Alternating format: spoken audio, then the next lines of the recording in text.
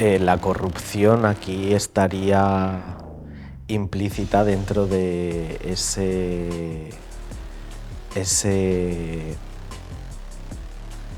discurso de exceso, de monstruosidad, ¿no? En el que encontramos una serie de personajes que parecen que estén sacados prácticamente del mismo infierno por esas siluetas similares a demonios. Y bueno, en el infierno que hay, pues gente que ha corrompido todas esas normas que se suponen que se tienen que seguir, esos dogmas establecidos que en la tierra no cumplieron. Por eso al morir y bajar al infierno se convirtieron en lo que son ahora, ¿no? Una representación de esa corrupción, de esa vida desviada.